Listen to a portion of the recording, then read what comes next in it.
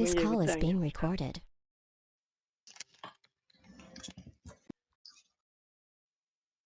نعم شيخ افتقوا تانجل إن شاء الله. السلام عليكم ورحمة الله تعالى وبركاته. وعليكم السلام ورحمة الله وبركاته. إن الحمد لله نحمده ونستعينه ونستغفره ونعوذ بالله من شرور أنفسنا ومن سيئات أعمالنا. من يهده الله فلا مضل له ومن يضلل فلا هادي له. وأشهد أن لا إله إلا الله وحده لا شريك له وأشهد أن محمدا عبده ورسوله. يا أيها الذين آمنوا اتقوا الله حق تقاته ولا تموتن إلا وأنتم مسلمون.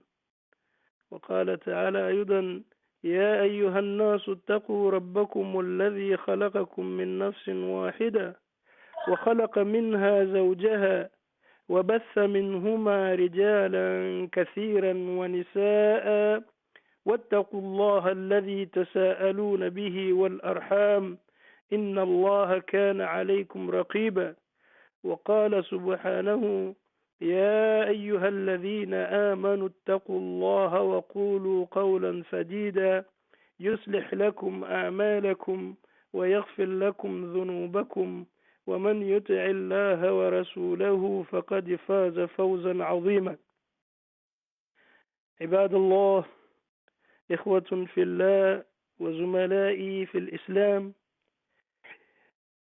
أوصيكم ونفسي بتقوى الله تعالى فإن طاعته أقوم وأقوى، وتزودوا فإن خير الزاد التقوى، واحذروا أسباب سخط الجبار فإن أجسامكم على النار لا تقوى.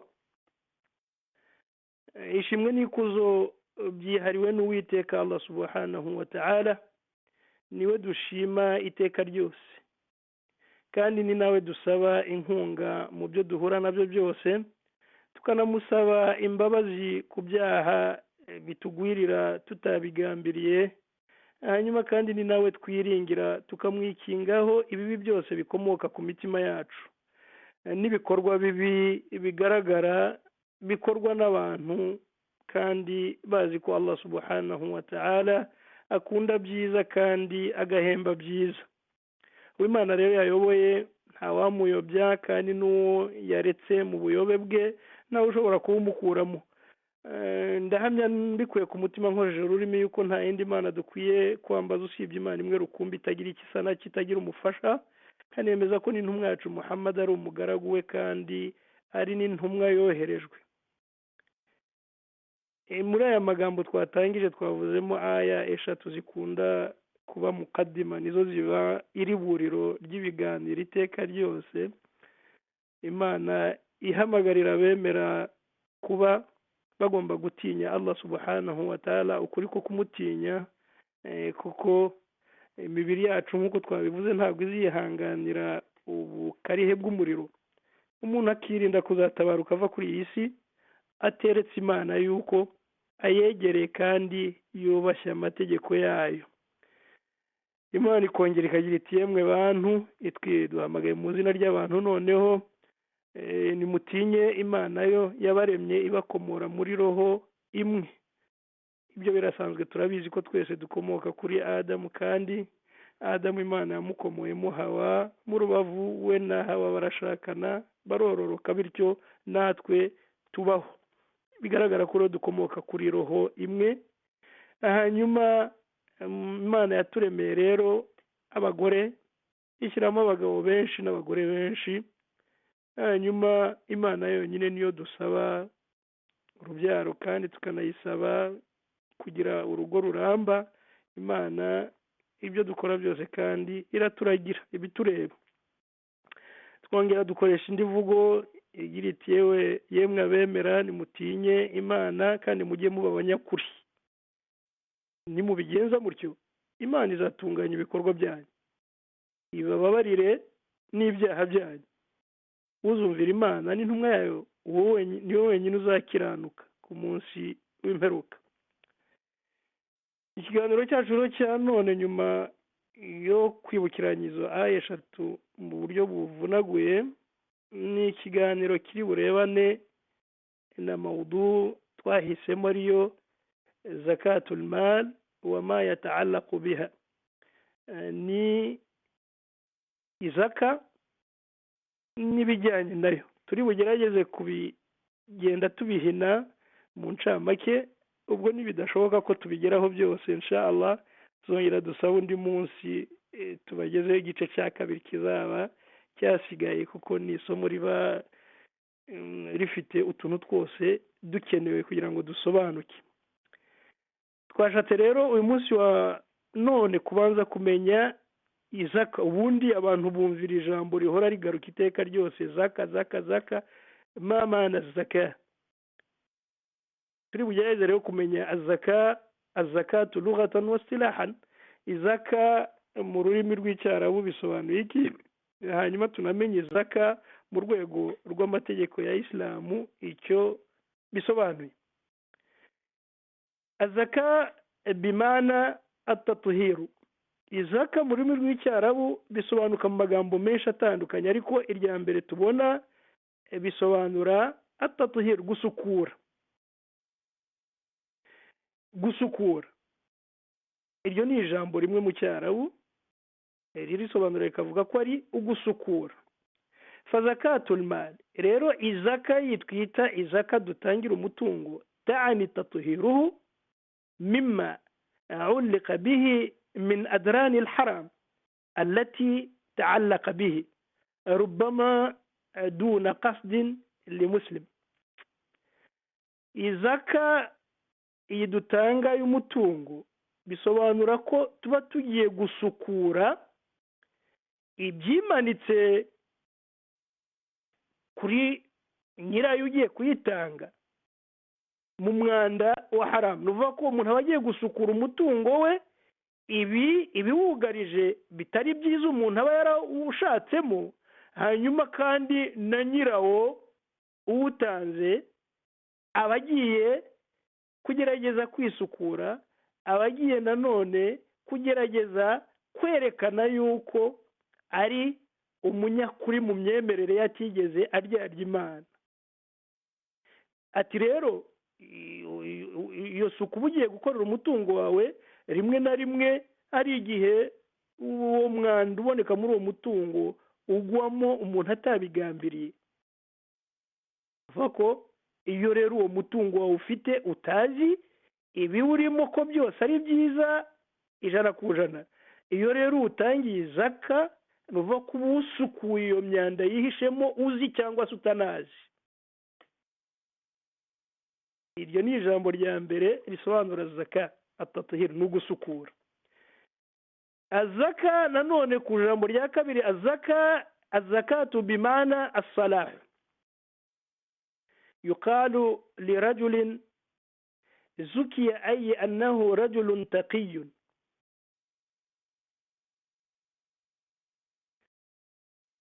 cyangwa se innahu rajulun zakiyun.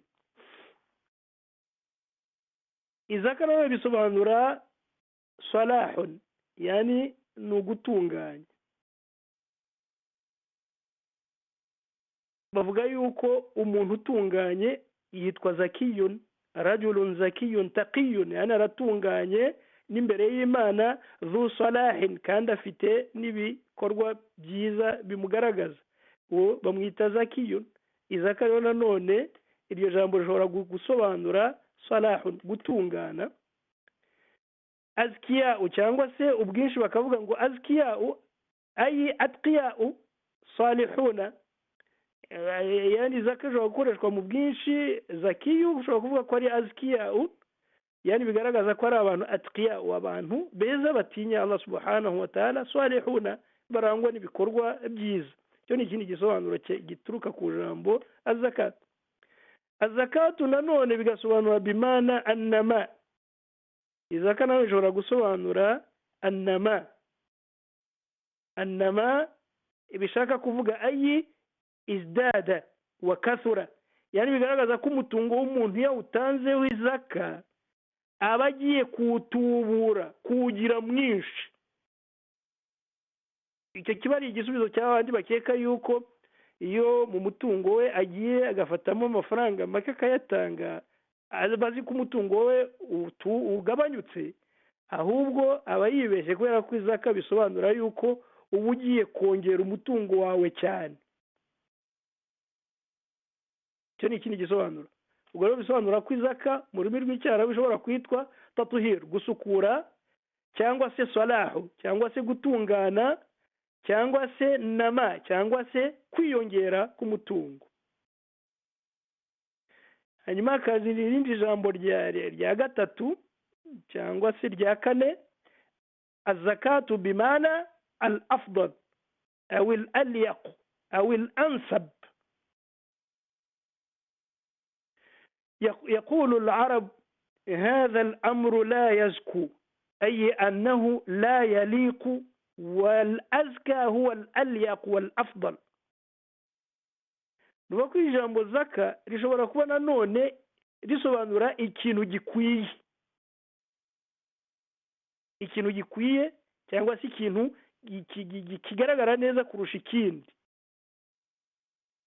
yani abaraho batanga urugero bakavuga bati iki kintu ntago gikwiye, bakoresha ijambo hadha al-amru la yazku, iki kintu gikozwe ntago gikwiye. wal azka huwa al-alyaq, nuvuga ko bisobanura rero ko azka bisobanura ikintu alyaq gikwiye cyangwa se gitunganye.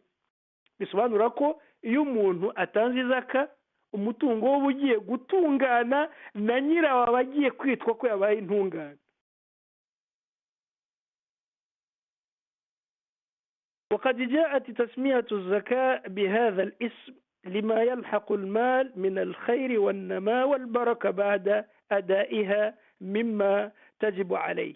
نvuga impamvu rero umutungo utangwa buri mwaka witwa izaka wiswe iri zina ni ukubera ibigenda bihura n'uwo mutungo uba utanzwemo izaka min al-khair, mu byiza, wanama, no gutubuka, walbaraka, n'imigisha nyuma yo gusohora bimwe mu geno wageneye Allah subhanahu wa ta'ala mu mutungo wawe ujya ku bantu bazwi.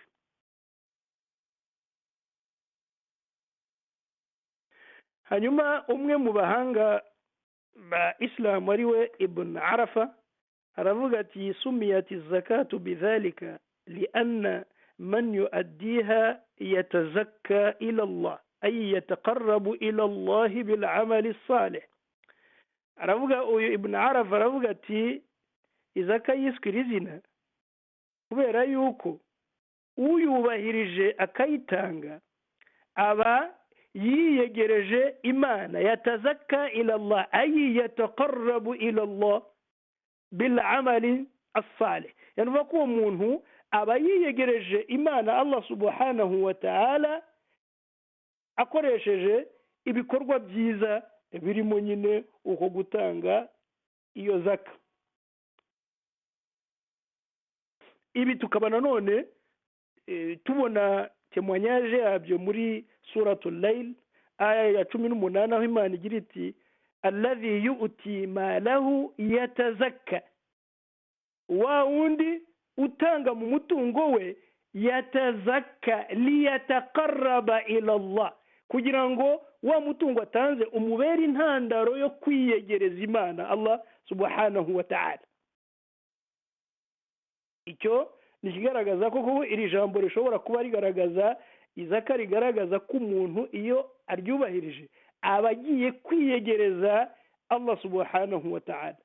nanone muri suratu shamsi aya ya 9 Imana ikavuga iti qad aflaha man zakkaha ay qad qarraba nafsahu ila Allah bil amali as-salih. ati mu by'ukuri yarakiranutse uwegereje roho ye Allah subhanahu wa ta'ala. zaka yani uwagerageje gufata nafsi ye akayeza kubera ibikorwa byiza akayegereza Allah subhanahu wa ta'ala.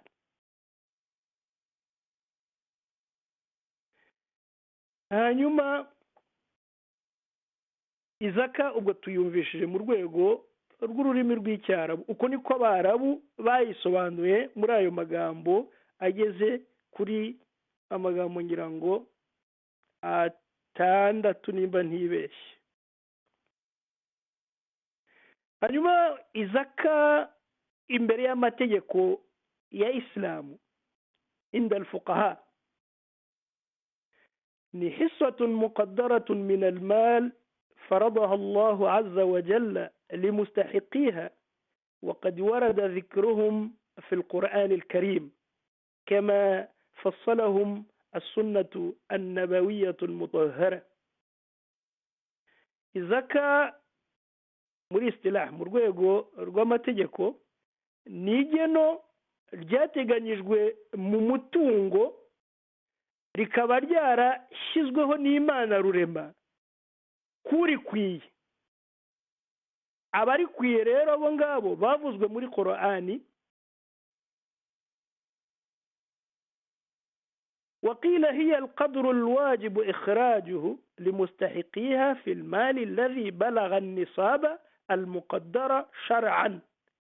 hanyuma bakongera bagasobanura ko nanone ari igeno ryangombwa rikurwa mu mutungo w'umuntu rigahabwa urikwiye.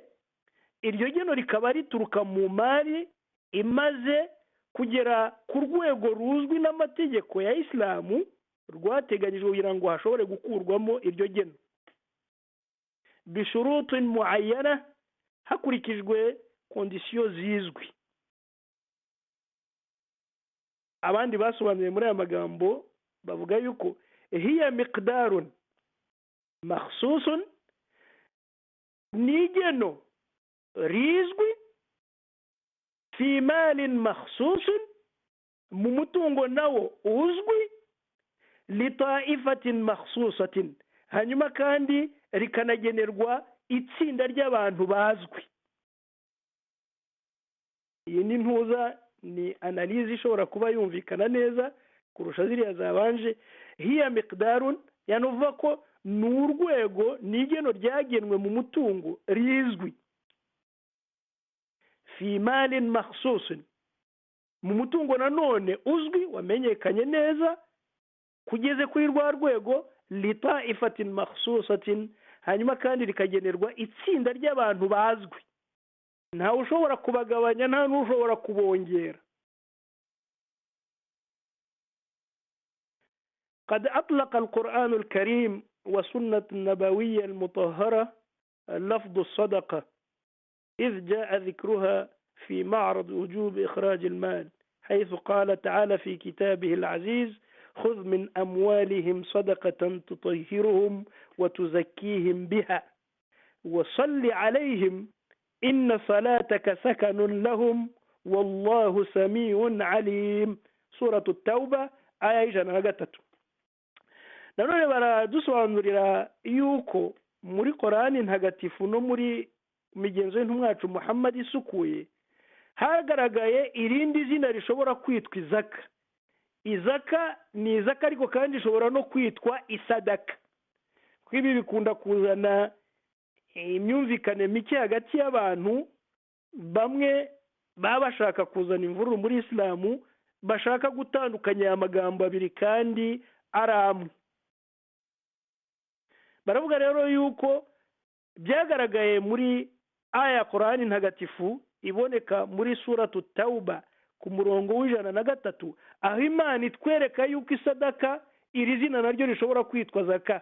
izaka dushobora kurikoresha mu nyito y'izaka ko naryo risobanuye izaka.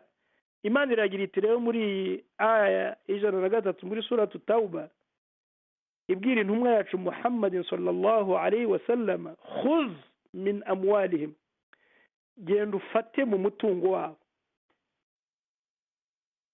sadakatan yani ituro ryitwa izaka nanone tutahiruhum kugira ngo ribasukure amakosa yabo bari bamaze igihe bafite watuzakihim ryongere kandi ribahe kubahika wasalli alaihim hanyuma kubera yuko wowe ijambo ryawe ritambuka rikakirwa neza n'Uwiteka ubasabire. wasalli hano sala ntabwo ari ukubasarira wasalli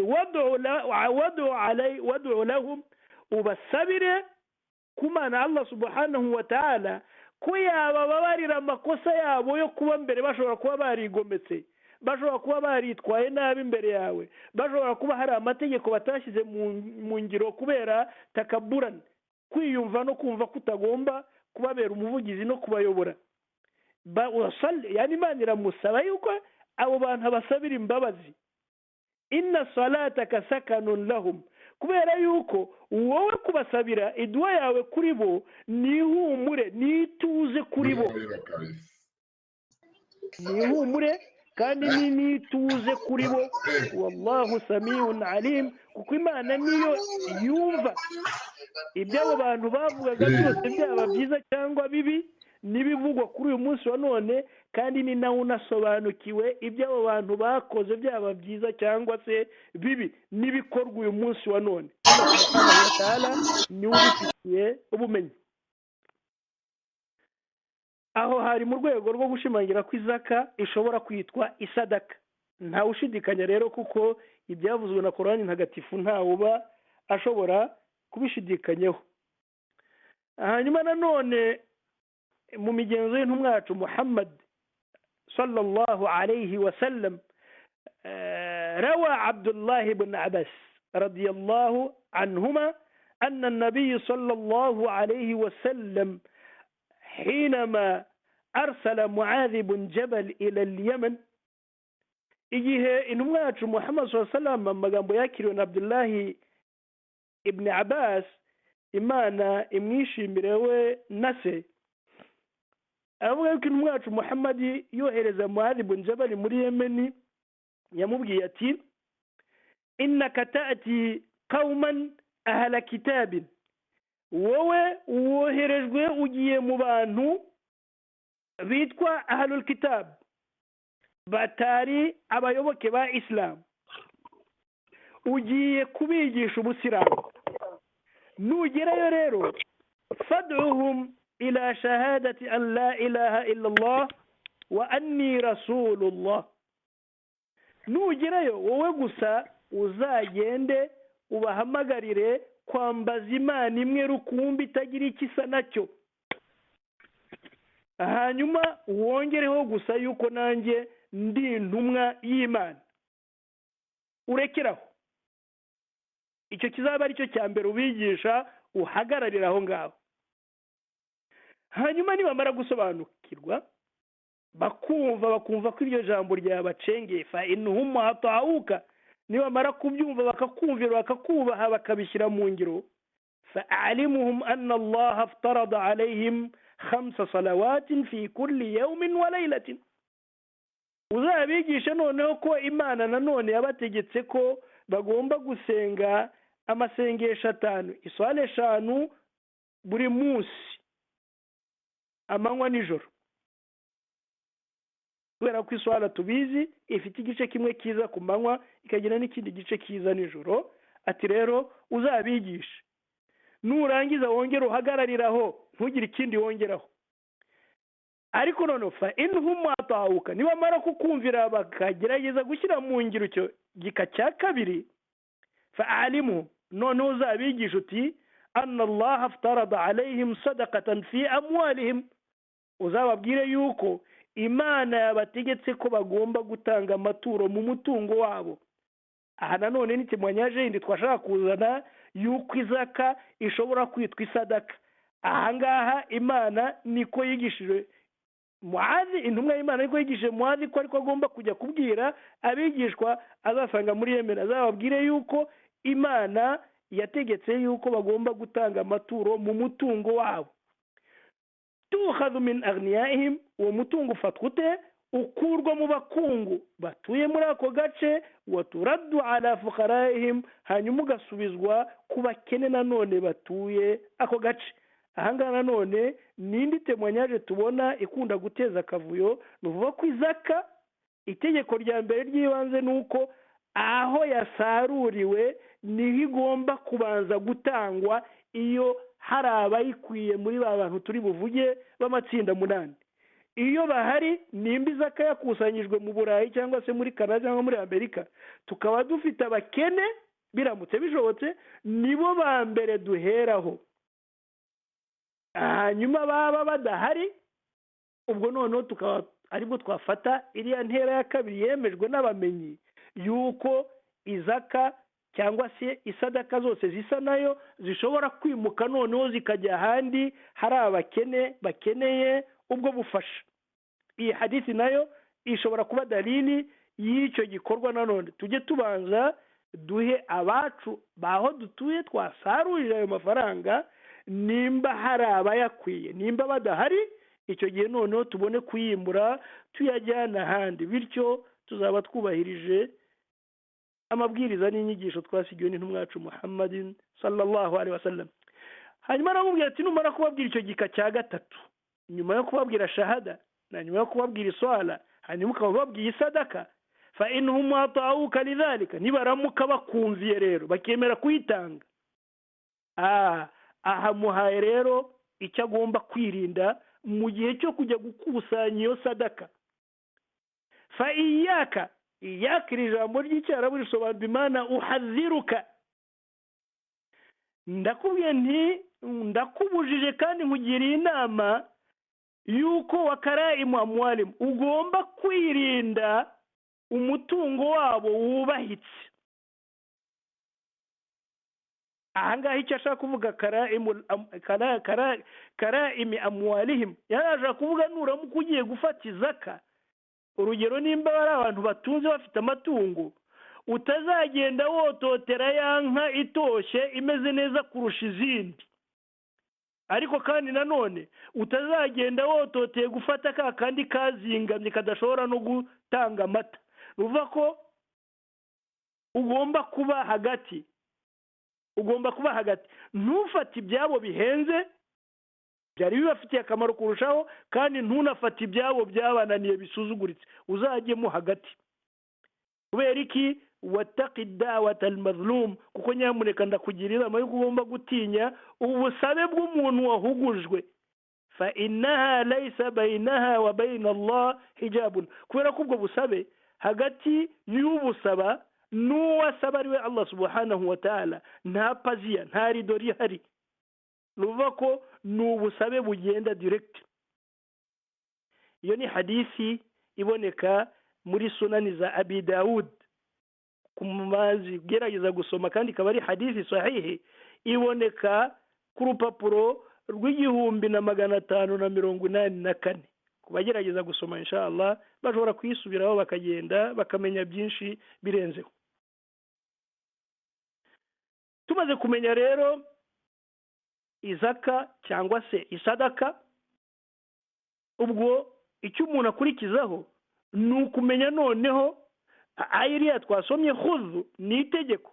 Muri iriya yitegereje cyane usanga ibyo dusabwa gukora twebwe muri ibi bihe byacu turimo atari byo dukoresha, akaba ari nayo mpamvu izaka bigaragara ko igenda ibura ntayitangwa. Nuko twahaye uburenganzira abayitanga kuba aribo bajera uburyo itangwa, nibo bagomba kubyitekerereza, ni nabo bagomba kuyohereza igihe bashakiye cyangwa se bakabireka. Ariko kandi aya urabona ko Imana yabwiraga intumwa yuko ari igomba kubasanga, khudh, genda ujye gufata mu mutungo wabo, cyangwa se ohereza ikipe ijye gufata mu mutungo wabo. Nuvuga ko rero ni ikipe yakagombye kuza iwawe ikazi ikakubwira iti tubwire ibyo utunze, ukavuga uti wenda ntunze inka 100, bakakubwira ati rero nimutuzi inka 100, dore muri izi nka 100 ugomba gutanga ibingana bityo bamara kubikubwira bakava aho ngaho ubabaruriye ibyo bagomba kujyana. Nuvuga ko ntago ari qadiya khiyariya, ntago ari ikintu umuntu afite mu bushake bwihitamo. Nuvuga ko ni itegeko, khudh hadha amr, khudh, genda ujye gufata mu mutungo wabo, kuko uwo mutungo ugiye gufata nuwo kubasukura. Nuvuga ko bafitiye akamaro nabo, ntago ari umutungo ugiye gutaka, ni umutungo ugiye kubashakira isuku. Ndizera ko nta mugaragu w'Imana wanze kuyo suku imugeraho inshallah. Nuvuga ko rero twamenye yuko izaka ubundi kugira ngo itangwe ari uko umuntu yagombye kuza ukamubwira utamuhishe, nta banga ririmo, ubishinzwe ukamusobanurira amafaranga ufite akakubwira ati niba ufite amafaranga angana arya dushingiye aho dutuye ndabona ukwiye gutanga ibi n'ibi, bityo ukaba ukiranutse n'ibigeragezo by'umutungo Allah yaduhaye hano kuri iyi si. ubwo rero igikurikiraho nimba twamaze kumenya izaka iyo ariyo, umuntu aribaza akavuga ati si yo zaka ubundi ninde tuyiha, ninde uyikwiye? umuntu uwo ari we wese. hano rero turamenya alfi'atu almustahiqatu lizaka, turamenya amatsinda akwiye guhabwa iyo zaka. ذكر القرآن الكريم أصناف الزكاة ومستحقيها في عدة مواضع وآيات كريمة بشكل صريح أو بالإشارة. ومن أظهر الآيات التي وردت في ذكر أصناف الزكاة 8 وتفصيلها ما جاء في سورة التوبة في قوله تعالى. تبقي راتي قرآن ntagatifu yatubwiye amatsinda akwiye izaka, guhabwa izaka amatsinda yariyo n'abayikwiye. Qur'ani yabivuze mu ngeri zitandukanye, mu buryo bwerurutse butihishe cyangwa se mu buryo bw'amarenga, ariko mu buryo bugaragara bwavuzwe ni ububoneka muri suratu Tauba ku aya ya 60, aho Imana igira iti innama sadaqat. nanone kandi iyi ni témoignage ndigaragaza ko izaka ishobora kwitwa irindi zina riryo isadaka. hanyuma Imana yavuze rero ngo mu by'ukuri amasadaka yavuze mu buryo bw'izina ry'ibintu byinshi. innama sadaqat, ati mu by'ukuri amasadaka, kandi yayagize muarraf, ntabwo yayagize nakira, nuvuga ko na amasadaka azwi ari précisé.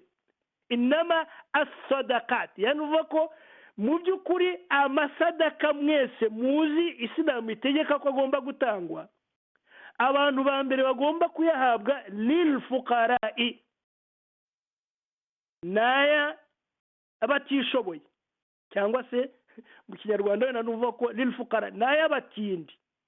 ni ijambo risuzuguritse ariko kugira ngo dushobore kwitandukanya n'irindi. naya abatindi nuvuga ko ni umuntu utagize icyo afite, cyangwa se wal masakin, n'abakene ariko bo bafite akantu gato, cyangwa se al-amilin alayha. itsinda rya abagatatu n'abantu bakora umurimo wo kujya gukusanya iyo zaka. nuvuga ko Imana ivuze abantu batatu bibanze.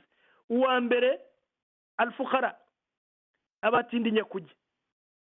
aba kabiri al-masakin, abatishoboye, abakene cyangwa se mu yindi mvugo.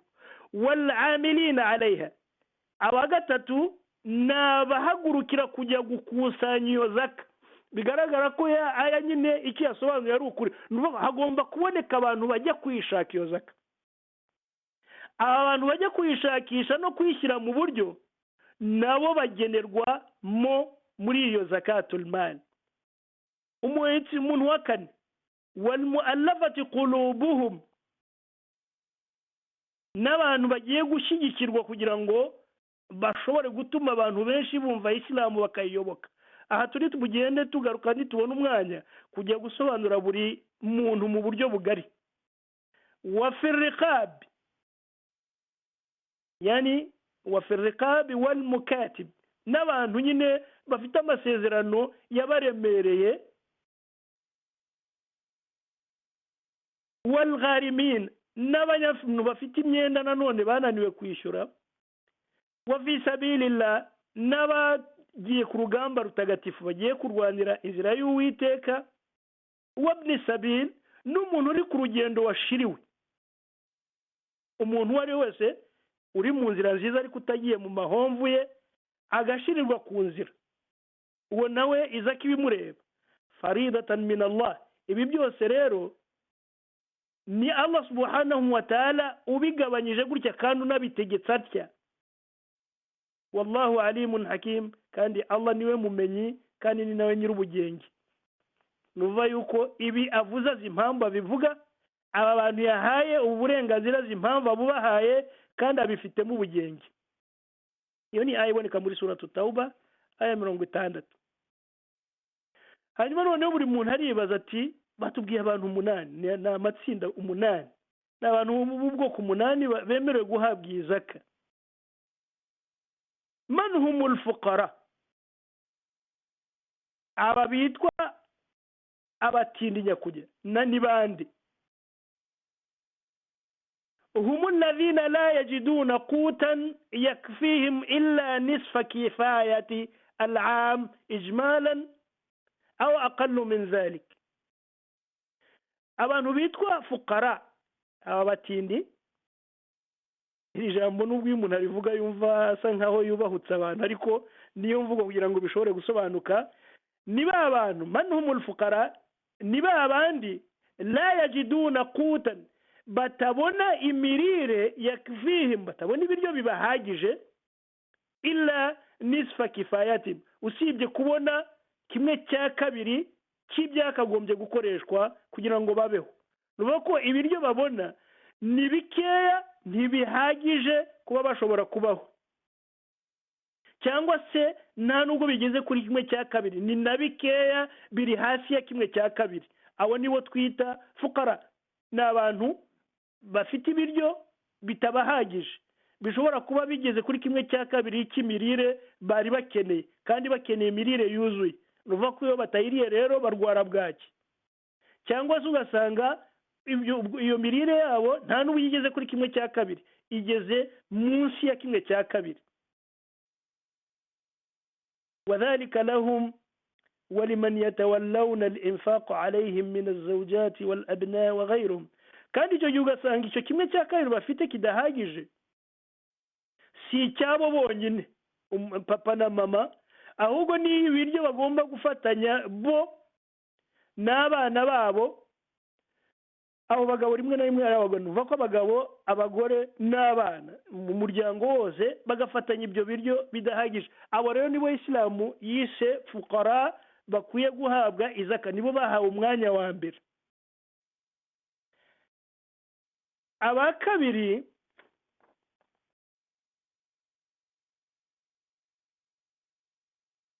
kabiri ni uvuga ko al-masakin. المساكين عرفهم العلماء بأنهم الذين يجدون قوتا لكنه لا يكفيهم ومن يعولون، أو أنه يؤدي نصف كفايتهم فأكثر، ويشمل ذلك القوت الطعام والشراب والملبس والمسكن وغيره. فهم لا يجدون الكفاية التامة لهم ولمن يتولون الإنفاق عليهم. يعني بكو ababiswe abakene, abatishoboye, abamenyi basobanuye ko kugira ngo tubatandukanye na fuqara bari abatindi, nuko bona abantu bashobora kubona imirire, bashobora kubona ibiryo, ariko nabyo bikaba bitabahagije bo nabo bashinzwe kugaburira, cyangwa se bafite 1/2 cy'iyo mirire, cyangwa se kirenzeho gato, ariko nanone kidahagije.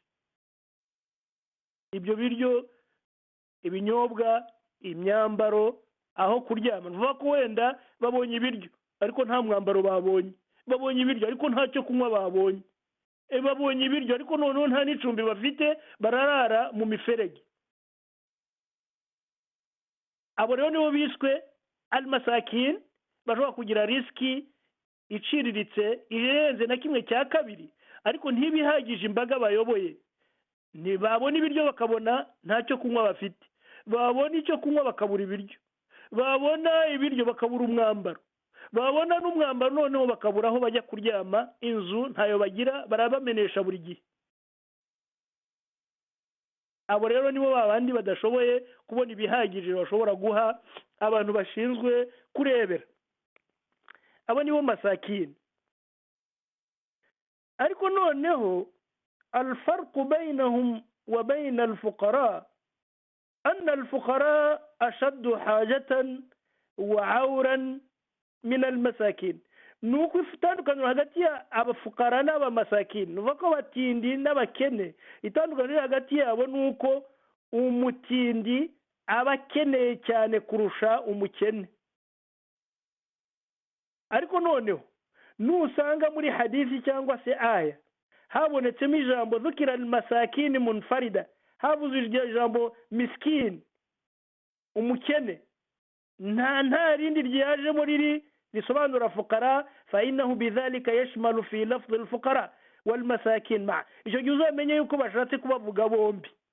Hari igihe bakoresha inyito imwe ariko bagambiriye kubavuga bombi, ariko noneho muri phrase yo hajemo amagambo abiri atandukanye, almasakini na alfuqara, icyo gihe baba bashatse kwerekana ko hari itandukaniro hagati yabo.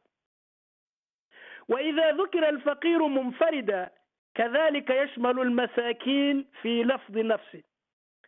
Ati rero n'ubwo niyo nanone bavuze abafaqir wenyine mu nyito ya hadithi cyangwa se aya, icyo gihe baba bashaka kubavuga bombi, biba bishaka kuvuga abatindi n'abakene bombi bari kumwe. Aho kwari kugira ngo twagure, kugira ngo umuntu asobanukirwe itandukaniro hagati y'aba bantu bombi mu gihe cyo kujya no kubafasha, umenye uwo waheraho. Hanyuma turajya ku muntu wa gatatu, almuallafati qulubuhum. Ni bande abangaba almuallafa? Yana barimo bamenyerezwa roho zabo, bashyigikirwa. Humusada, yani ni abanyacyubahiro, wa zuama, n'abayobozi, wa ruwasa alqabila, n'abahagarariye amoko, alladhina lahum inda aqwamihim tawqirun wa ihtiramun. Ni abantu bafite mu bantu bahagarariye icyubahiro kirenze kamere, bihaythu yuta'u amruhum idha amaru. Igihe icyo ari cyo cyose batanze itegeko rikumvwa, rikubahirizwa. Wala yasuna fi aqwamihim, nta nubwo bashobora kwigomeka ku mvugo zabo. Wayutaha ulai min az-zaka.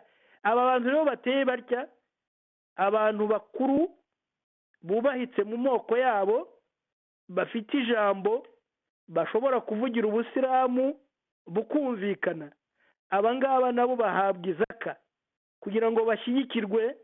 Hanyuma idha kana yutaqadu muyuluhum lilislam, kugira ngo aya n'aba bantu bahagarariye bashobore kumva ubusilamu, babone ko bwatambuka ari uko bwavuzwe n'ibyo bikomerezwa byabo. Wa haythu innahum idha amaru qawmahum atawum, kubera yuko twizera ko iyo babwiye abantu babo babumvira, fayakunu fi dhalika ghanimatan fi dukhul aqwamihim ila alislam. Nyuma yabo bikaba intandaro yo kuba abantu babo bashobora kumva bakinjira mu bwisilamu ari benshi, bityo bikaba biturutse kuri iyo neza yo kuba abo bahagarariye twarabahaye igeno muri zakatul mal. Abo nibo bitwa almuallafat qulubuhum, yani abashyigikira ngo roho zabo zikomere. Abo ni abayobozi n'abahagarariye amoko mu Barabu byari bifite ireme kera cyane, ku buryo byashoboraga no gutambamira ubusilamu kenshi, bigatuma ayo moko nyine habonekamo abayakomokamo bashobora kugenda bakavugira ubusilamu. Bityo twibuka amateka ya ba Umar binjira ubusilamu, uburyo babanje kumerera nabi ubusilamu baturuka mu moko yabo yari yubahitse, ariko aho Umar yemereye kuza akemera kuba umusilamu, abenshi kubera kumutinya no kubera ijambo yari afite, byabaye ngombwa ko nabo bagenda bayoboka ubusilamu, bityo ababaye intandaro. Nuvuga ko rero abantu bateye batyo nibo bantu baba bagomba nabo gushyigikirwa, bagahabwa muri zakatul mali, kugira ngo ayo mafaranga bayakoreshe mu gutuma abayoboke babo babumva bakayoboka Islamu, bityo Islamu ikagenda ikwirakwira hirya no hino ku isi inshallah. Hanyuma nyuma y'uwo nguwo haza al-mukatib. المكاتب هو العبد الذي يتعاقد أو يكاتب سيده بنصف مكتوب على أنه يصبح حرا بأن يشتري نفسه ويدفع له ذلك المبلغ المتفق عليه على دفعات وأقساط أو حسب اتفاقهما، فيدفع عنه ما يوفى به دينه الذي اتفق مع سيده عليه حتى يحرر نفسه. Yani uvuga ko mukatibu we ni umuntu uba waragiranye amasezerano na shebuja akamubwira yuko nyine natanga amafaranga angana gutya na gutya azamuha uburenganzira bwe akava mu bucakara. Icyo gihe rero umuntu nk'uwo iyo nawe afite amasezerano nk'ayo akaba nawe nuvuga ko ni izina ryunganira uriya mu'allafatul qulub, n'uyu nguyu aza mu rwego rw'abantu nk'abo ngabo, nawe umeze atyo agomba guhabwa muri zakatul mali kugira ngo ashobore kwibohora, ahe uwamuboshye ayo mafaranga kugira ngo amuhe ubwigenge bwe. hanyuma hakaza al-gharimu wa huwa qisman. al-gharimu bamuciyemo ibice bibiri. al-awwalu huwa al-mudinu wa huwa man kana alayhi daynun.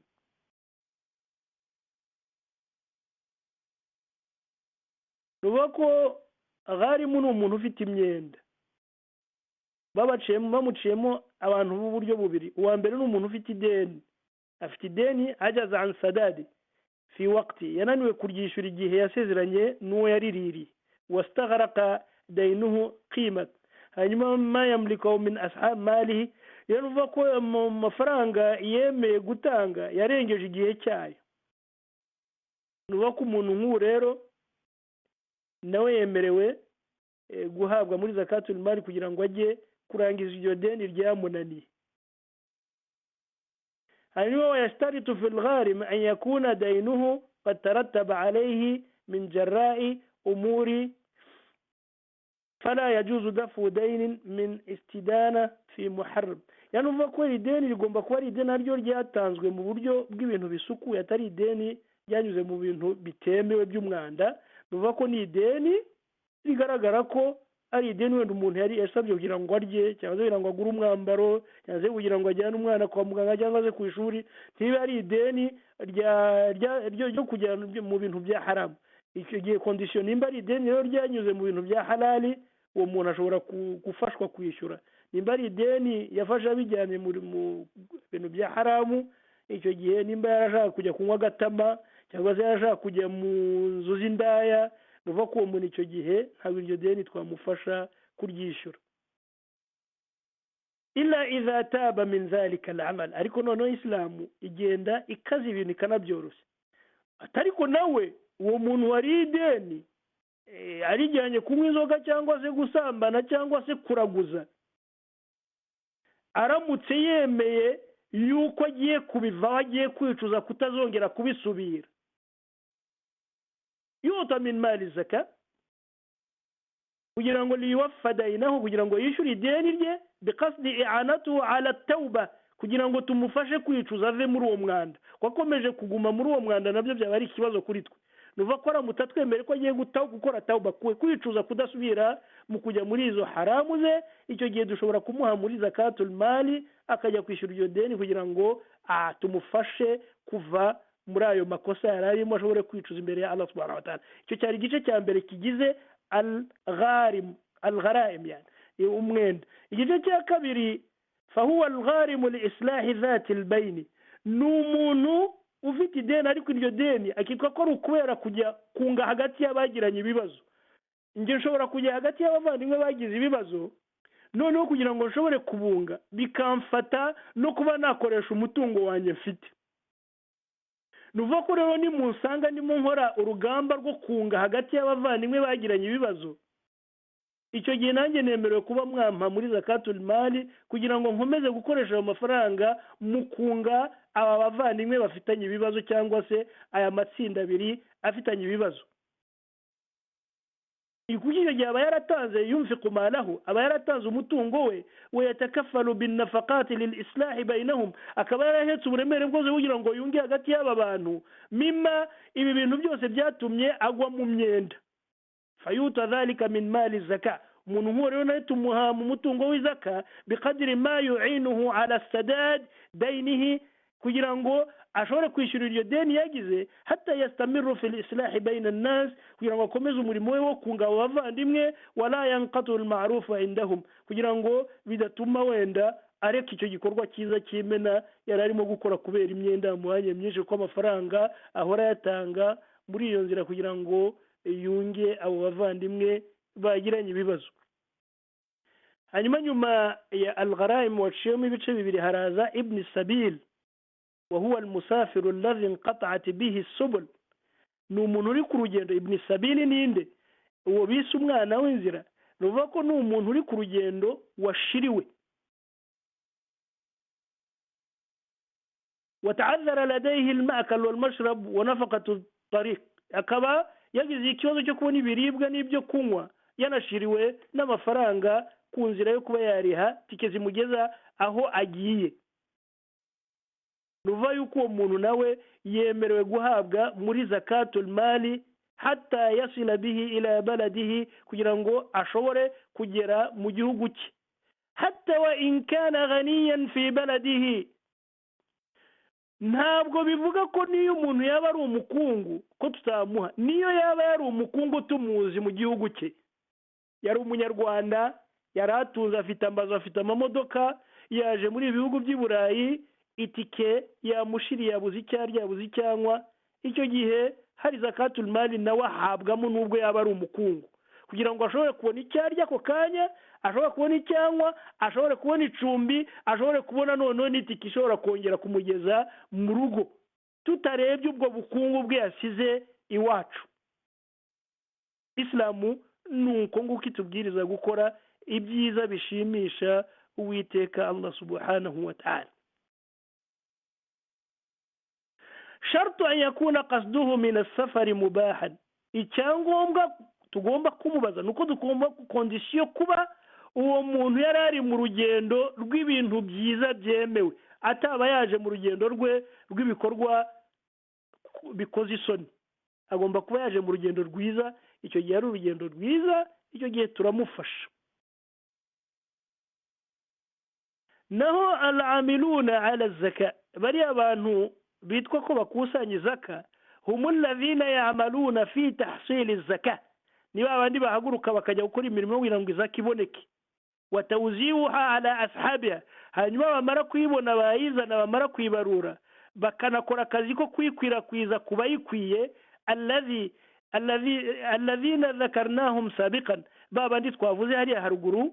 fahaula yu'tuna min az-zakat, abo ngabo nabo bayikoreye bahabwa igeno muri iyo zakatul mali an juhdihim fi jam'i zakat wa tawzi', kubera imbaraga zabo baba batakaje mu kuyikusanya no kujya kuyigeza kubayikwiye.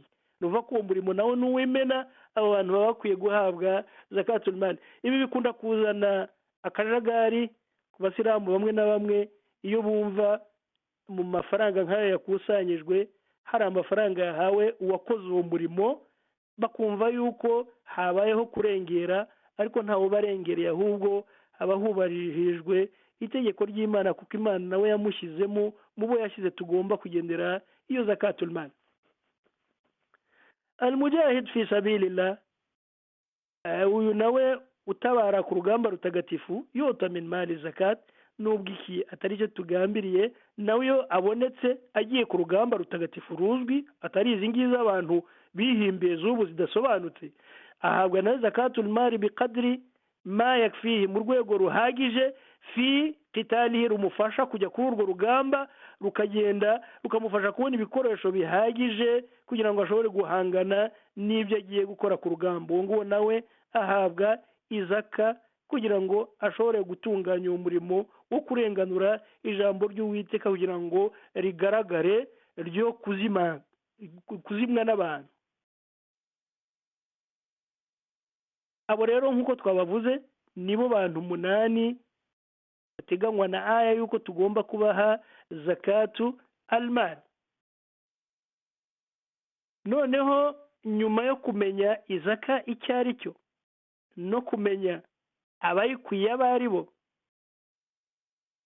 umuntu aribaza ati noneho izaka ubundi ni itegeko ryandi. استدل الفقهاء على وجوب الزكاة بالنصوص الشرعية من الكتاب والسنة والإجماع. abamenyi bemeza yuko izaka kuba itegeko bikomoka ku jambo ry'Uwiteka rituruka mu gitabo gitagatifu, bikaboneka no mu jambo ry'intumwa yacu Muhammad, bikaboneka no mu mvugo y'abamenyi b'Islamu bose bishyize hamwe. amma dalilu wujubiha min al-Qur'an al-Karim, naho kuba ari itegeko riboneka muri Qur'ani ntagatifu, nuko hari aya nyinshi zivuga ziti wa aqimu salata wa atu zakat warka'u ma'a raki'in, yani ni muhagarika amasengesho yanyu 5 ku munsi kandi munatange amaturo. Aya indika kubwira iti khudh min amwalihim sadaqa, nkuko twabivuze ni mugende mufate mu mutungo wabo isadaka. Iyo nayo nigaragaza ko ari itegeko ry'Uwiteka. Hanyuma nanone indi mvugo ya Allah nayo ikavuga iti wa atu haqqahu yawma hasadihi, ahangaha nanone akabwira abahinzi yuko nabo bagomba gutanga ihaqi y'ibyo bahinze nyuma yo gusarura. Nuvuga ko bagomba kugira icyo batanga nyuma yo gusarura kwabo. Akazi indi mvugo ya none ya Allah subhanahu wa ta'ala muri Qur'an nayo ivuga iti walladhina fi amwalihim haqqun ma'lum lis-sa'il wal mahrum.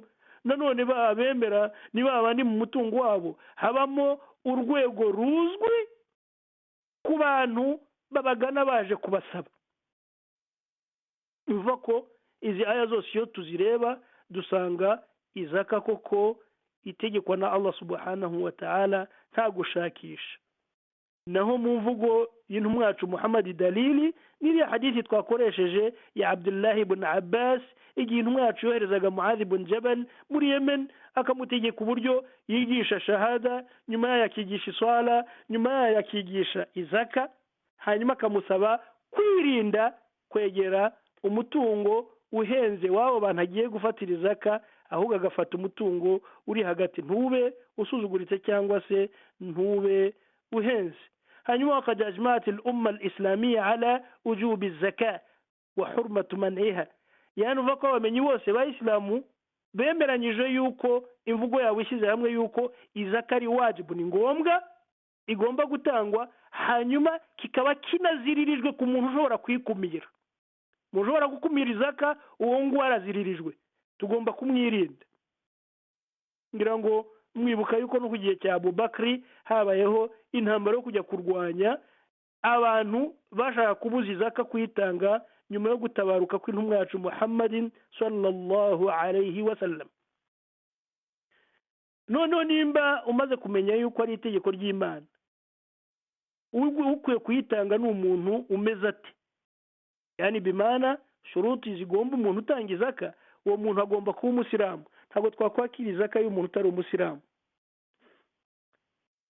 Iyo niyo kondisiyo ya mbere, agomba kuba umusilamu. Kondisiyo ya kabiri, agomba kuba baligh, ari umuntu ugimbutse, atari umwana, ari umuntu umaze kuba baligh, umaze kugera kuri ya myaka umuntu akora icyaha Imana ikakimuhanira, yakora icyiza Imana ikakimuhembera, uwo niwe bita baligh.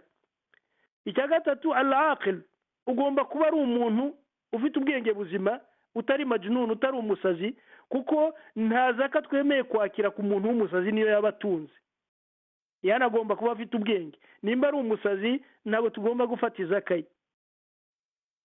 Agomba kuba noneho kandi uwo muntu ari we nyiri umutungo, atari uvuga ngo ni umutungo w'umuntu aragiye, aba ari umutungo we, afite ubuzare buhagije kuri uwo mutungo.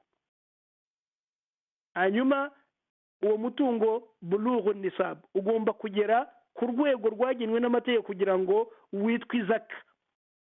Witwa ko ugomba gutangamo izaka, agomba kuboneka nisab, yani urugero rwagenwe n'amategeko. Hanyuma icya gatandatu, hululul hawl, bivuga ko ayo mafaranga agomba kuba arangije umwaka, cyangwa se nimba ari n'amatungo bigomba kuba ari ikintu umuntu amaranye umwaka gifite kidahinduka. Izo nizo kondisiyo zirebana n'umuntu twasaba izaka uwo ari we. Agomba kuba umusilamu, uri baligh, ugeze mu myaka yo gukora icyaha akagihanirwa, yakora icyiza akagihemberwa. Al-aqil, ufite ubwenge butaragata, ari umusazi, afite milkun tamal, afite ubuzare buhagije ku mutungo, bulughu nisab, yani hanyuma nanone uwo mutungo uba ugeze kuri rwa rwego rwagenwe n'amategeko, hululul hawl, hanyuma nanone kandi aba ari umutungo umaze umwaka. Mu ncamake ibyo nibyo byibanze dushoboye kuvuga kuri zakatul mal.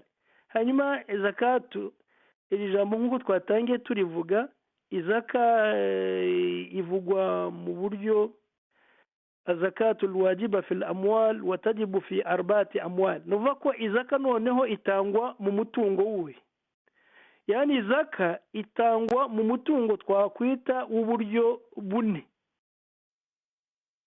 Umutungo wa mbere utangwamo izaka الذهب والفضة والأوراق المالية. Nuvuga ko ni zahabu na feza n'amafaranga y'impapuro tuzi, amayero, amadolari, amanyarwanda, amarundi komsa. Yani nuvuga ko niwo mutungo wa mbere utangwamo izaka, ni zahabu cyangwa feza cyangwa se amafaranga, al-awraq al-maliya, amafaranga, amadolari, amayero n'ibisa nabyo. Uwo niwo mutungo wa mbere. Umutungo wa kabiri bahimatul an'am, ni amatungo atangwamo izaka. Amatungo ntabwo ari amatungo abonetse ayo ariyo yose, barayerekanye. huwa al-ibn, ni ingamiya, huwa al-baqar, ni inka, huwa al-ghanam, ni ihene cyangwa se intama. uwo niwo mutungo wa kabiri. Nuvuga ko umutungo wa kabiri ni amatungo tworora, ni ingamiya cyangwa se inka cyangwa se ihene cyangwa intama. Hanyuma umutungo wa gatatu al-khariju min al-ard min hububin wa thimarin wa ma'adin, ni ibiva mu nda y'isi birimo ibinyampeke,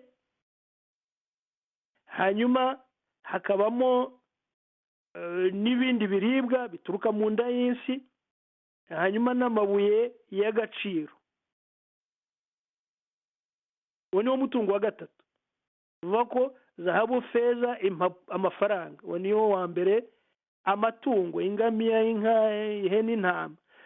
Cyangwa se icya gatatu, ibiva mu nda y'isi birimo ibiribwa n'amabuye y'agaciro.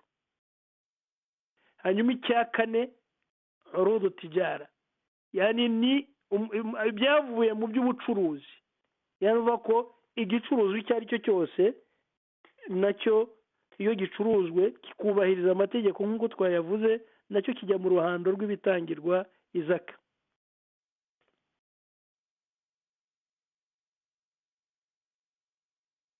Hanyuma ni ryari rero iyo zaka itangwa?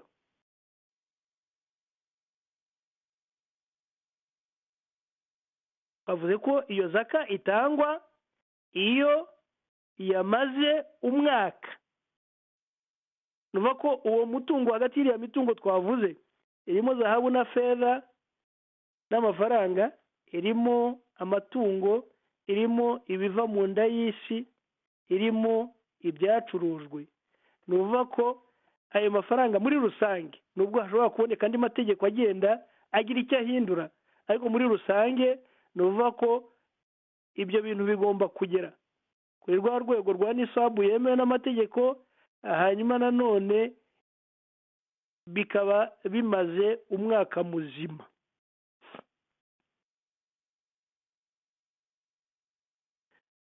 Makadiru zaka, ubwo ndagenda mbivunagura kubera igihe, kubera ko ari gito. Hanyuma noneho izaka uburyo igereranywa. جعل الله قدر الزكاة على حسب التعب في المال الذي تخرج منه. يعني Imana yagiye igena gufata urwego ruzwi mu zaka hakurikijwe n'uburyo uwakoresheje imbaraga zo kugira ngo umutungo uboneke, uburyo aba yavunitse. Nuvuga ko Imana ntago yashatse kuvuna abantu birenze. فأوجب في الركاز, Imana itegeka, nyuma itanga itegeko yuko في الركاز, ibyitwa rikaz, وهو ما وجد من دفن الجاهلية بلا تعب الخمس. imana yategetse ibyitwa rakazi ariwo mutungo abantu bagiye basanga mu nda y'isi warahishwemo mu gihe cy'ubujiji mbere y'uko isilamu ibaho.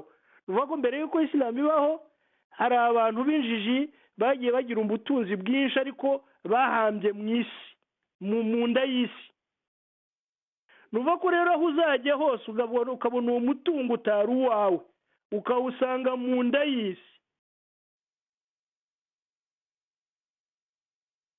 ugomba kuwutangira al-khumsu, yani uvuga ko 1/5. al-khumsu 1/5. wama fiha tabu, ibyo ni uvuga ko ni umutungo wabonye utavunitse bila tabu, nta wawubonye utavunitse uracukuye gusa mu nda y'isi ubona uguye ku butunzi utari uzi ko buhari. وما فيه تاب من طرف واحد وهو ما سقي بلا مؤنة نصف الخمس. naho ubutunzi nanone umuntu yabonye ariko bukamugora agakora umurimo nko kuba yasukira akoresheje imbaraga ze, nuva ko uwo mutungo uramanuka noneho bakamworoheza aho gutanga 1/5 agatanga igice cy'5. nuvuga yuko agatanga igice cy'5, yani uvuga yuko nimba ari 20 ubwo agatanga 10. wama fiha tabu min tarafaini al-badhr was-saqi, naho kuri bya bindi umuntu akoresha imbaraga mu kujya guhinga ukajya kubitera warangiza ukajya no kubisukira, yani uvuga ko wakoze imirimo ibiri, gutera izo mbuto hanyuma noneho no kujya ukora akazi ko gusukira kubera ko nta mvura. uwo nguwo nawe atanga rubu al-khums, 4/5.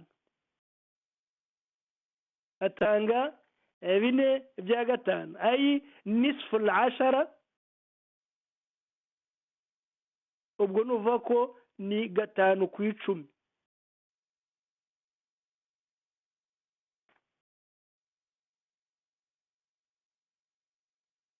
وفيما يكثر فيه التعب والتقلب طول العام, naho bya bindi umuntu akora akamara umwaka muzima afite ingorane zidasanzwe, afitemo ibintu byinshi bigenda bihindagurika, umwaka ukamugora cyane. kanukud, ibyo ni nk'amafaranga wa urudu tijara, ni nk'ubucuruzi. nuvuga ko samano yani sumunul khums, yani uvuga ko umuntu atanga yani 8/5 ayi rubu al-ashar, yani uvuga ko ni ugutanga 4/10. nuvuga ko ku 10 ni ugutanga 2.5. uko niko Islamu yagiye itegura itangwa ry'iyo zakatul mal.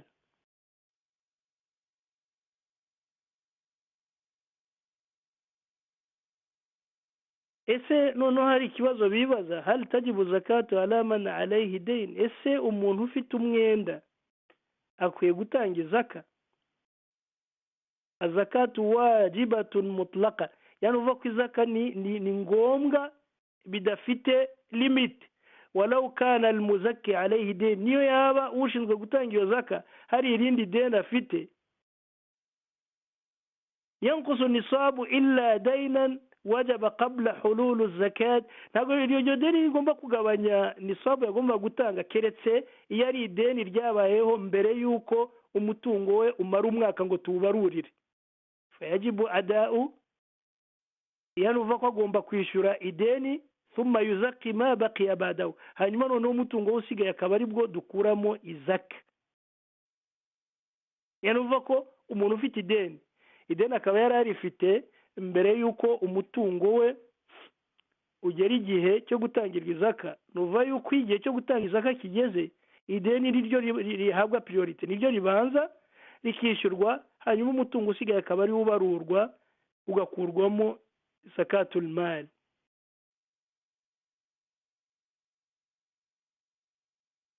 iryo ni itegeko riba rishaka kugaragaza yuko rishobora kurenganura umuntu biramutse bibaye ngombwa.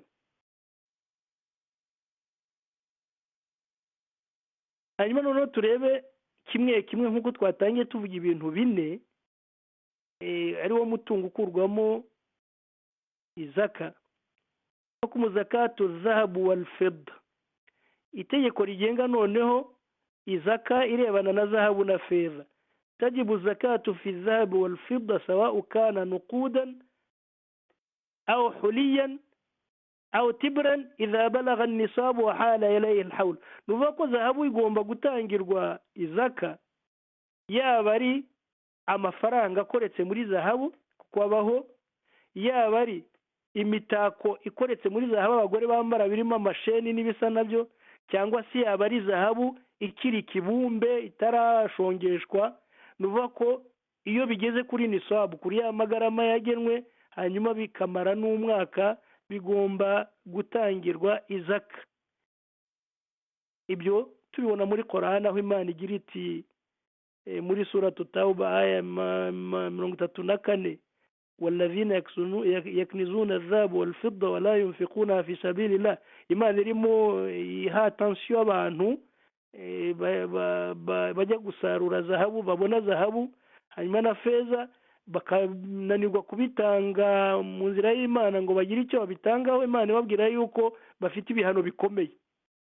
Nuva yuko aha ni ukugaragaza yuko zahabu na feza ari itegeko yuko tubitangira izaka. Hanyuma hadithi ikatubwira yuko laisa fima duna 5 awaqin sadaqa. Nuvuga ko bitageze ku matola 5, ibiri munsi y'amatola 5 nkuko bayita, laisa fima duna 5 nta sadaka igomba kubamo. Yanuvuga ko isadaka igomba kuba hari uko amatola ageze kuri 5 atari munsi yayo. Noneho miqdaru, turebe miqdaru nisabu zahabu, duhere kuri kimwe kimwe. Turebe zahabu umuntu ayitangamo ibingana bite. Yajibu fi zahabu idha balagha 20 dinarin fa akthar rubu' al-ushr. Nuvuga ko umuntu ufite zahabu, hanyuma zahabu kuko bayipimiraga muri zahabu ikozwe mu mafaranga y'amadinari kuko ariyo yari ariho kuri icyo gihe, ntabwo twayabara mu mafaranga y'amanyarwanda. Yanuvuga ko babara zahabu iyo igeze ku madinari 20 ya zahabu. Yanuvuga ko umuntu afite amadinari 20 ya zahabu cyangwa se arenze 20. Nuvuga ko igipimo no guhera kuri 20. Amadinari 20 fa aksar, amadinari 20 akozwe muri zahabu cyangwa sarenzeho. Nuvuga ko igipimo aheraho gutangira iyo afite ayo madinari 20 atanga rubu'ul ushr, atanga 4/10. Nuvuga yuko dufata 10 tukarigabanya 4, nuvuga yuko ni 2.5. Nuvuga ko amadinari 20 ya zahabu uyatangira 2.5.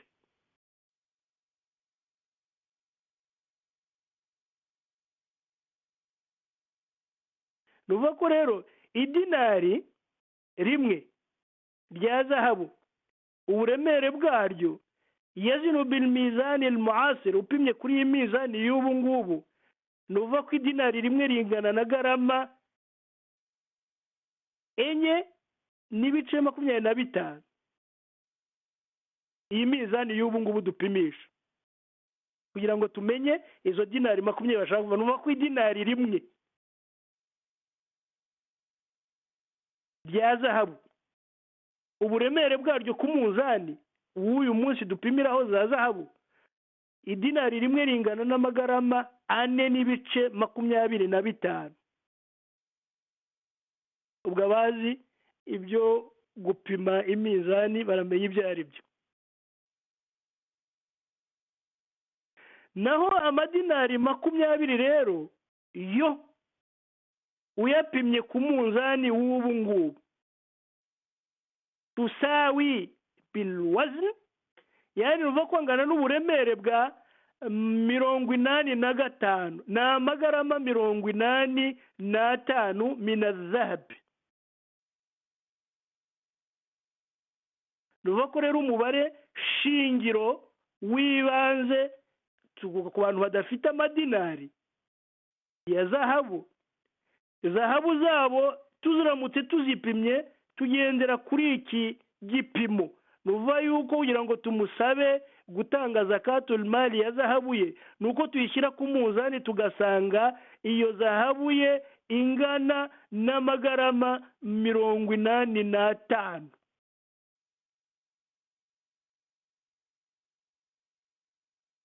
ngira ngo birumvikana. cyangwa se ku bakunda gukora imibare nuvuga ko ni ugufata amadinari 20 ya zahabu ukayakuba n'amagarama 4 n'ibice 25 twabonye by'idinari rimwe, uhita ubona igisubizo.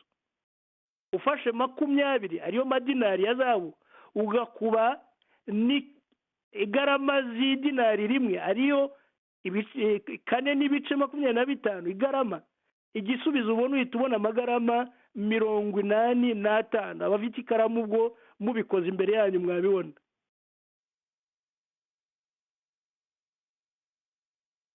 iyo rero wahiya aqallu nisabu dhahab, nuva yuko ni rwo rwego ruciriritse rwa zahabu twashingiraho.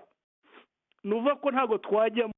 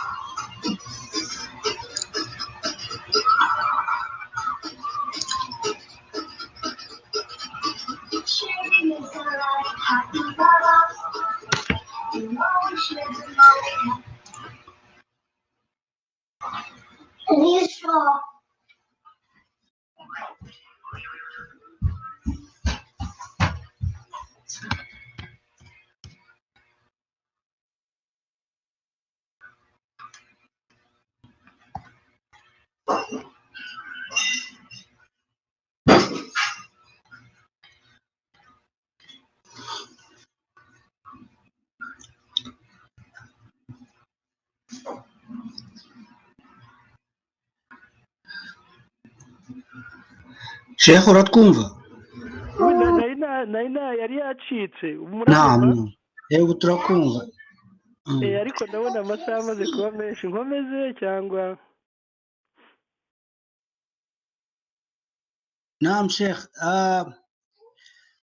amasaha yarakuze kandi nawe wari uduhaye ikiganiro gihagije ndabona twakora igice cya kabiri kubera ko hariya wari ugeze mu bintu byo kubara niswabu ya zakatul mal cyangwa se uburyo umuntu yabara n'ibyo itangwamo twabikora isomo ryabyo kugira ngo abantu babashe kumva babyumve neza kuko ndakeka hazabonekamo ibibazo byinshi cyane cyane nk'ariya watubwiye ku byerekeranye n'abadamu niba bambara amazahabu nabo bayabarira bate bayabarira yose icyarimwe cyangwa babara uko bagiye bayagura cyangwa babara yujuje icyo gipimo no kugira ngo abantu tweze imitungo yacu natwe turi no muri bino bihugu ese umutungo waba ungana ute kugira ngo waba umaze n'igihe kingana iki kuri banki kugira ngo wenda aya mafaranga mfite nyatangemo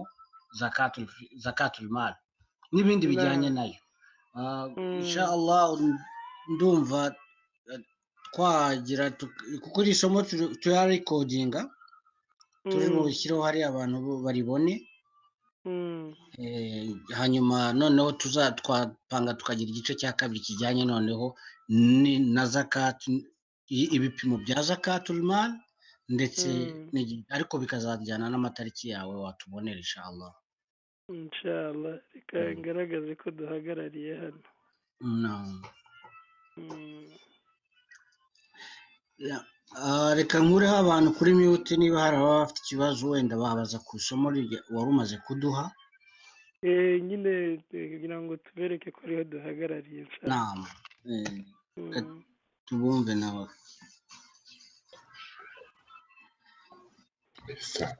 nama bavandimwe n'abavanye kuri mute uwaba afite ikibazo yabaza sheikh arahari niba hari uwaba afite ikibazo ku isomo rimaze gutangwa.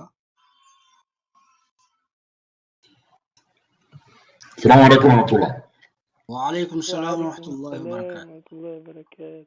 Muvandimwe watwibwira ukatubwira naho uri noneho ugatanga ikibazo cyawe.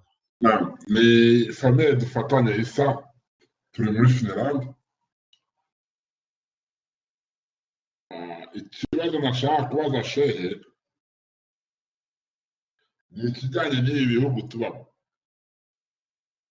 bijyanye na zaka kuko iyo urebye mu bindi bihugu wenda biyobowe na constitution cyangwa se na guverinoma igendera ku mategeko ya kisilamu cyane usanga iyo zaka nta wundi musoro batanga inangaha muri ibi bihugu tubamo ko dusorera n'indi iyo misoro yindi iriho tugatanga iyo misoro hakaba n'iyo zaka ku ruhande ese ubusilamu hari ikintu cyigeze buteganya ku bihugu nk'ibyo ngibyo cyangwa se bivuga ko umuntu atanga iyo zaka agatanga n'uwo musoro w'igihugu wenda sinzi wenda niba ikibazo cyanjye irimo kucyumva neza shehe ndacyumva neza yani ikibazo cyawe ni ikibazo cyo kumenya gutandukanya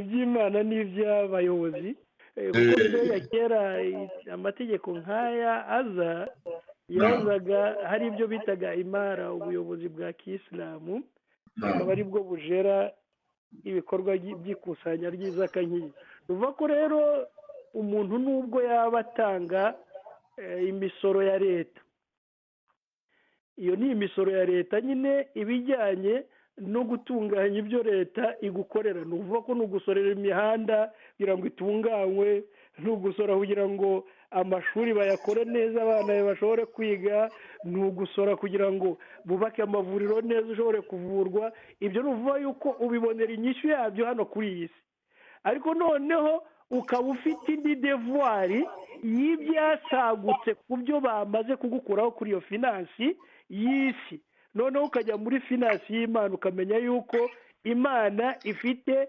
ihaki mu byo wasaguye muri izo gahunda zawe ni nayo mpamvu tukureka umwaka ukabanza ugashira ukabanza ukariha n'iyo misoro ya leta ikavamo ibisigaye noneho byitwa ibyawe leta itakikubaza ibyo nibyo tugaruka noneho tukabarura tugakuramo iby'Imana tukabishyira abo noneho twebwe tubwirwa n'Imana batari leta. Nuvuga ko rero itegeko ry'Imana ntirikuka kubera ko haje iry'isi uturiye ukaritunganya. Nuvuga ko rero ntabwo ibyo ari ukuvuga ngo byabayeho ubu na kera byari biriho. Nuvuga bariya bitwaga ko ari abakurayishi bakize nabo bari bafite uburyo bwabo imisoro yabo ibageraho, ku buryo n'umuntu wabaga atari umusilamu ariko agatura aho abasilamu bari, nubwo yashobora kuba adatanga izaka ariko yatangaga umusoro kubera ko leta ya kisilamu ariyo imutunganyiriza gahunda zose zirimo nk'izo twavuze, kubona amashuri, kubona amavuriro, kubona iki. Ni ukuvuga ko rero nawe yabaga oblige gutanga umusoro, abasilamu bo bagatanga izaka. Urumva ko iryo tegeko ataruvuga ngo ryakurwaho kubera yuko umuntu yasoze.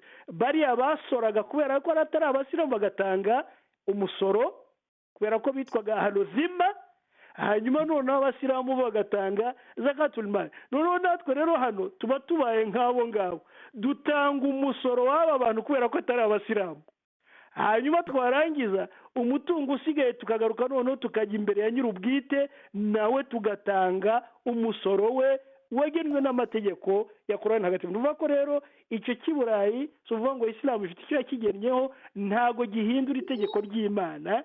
Itegeko ry'Imana ryubahirizwa nk'uko riri, ariko nanone Isilamu ikadutegeka nanone kubaha ibihugu duturimo n'amategeko biba byashyizeho atabangamiye Imana, nubwo n'abangamiye Imana bitugoye kuba twayarwanya. Nuvuga ko rero iryo tegeko ntago ryahinduka ngo ni ukubera ko dusora mu Burayi cyangwa se no muri Afurika.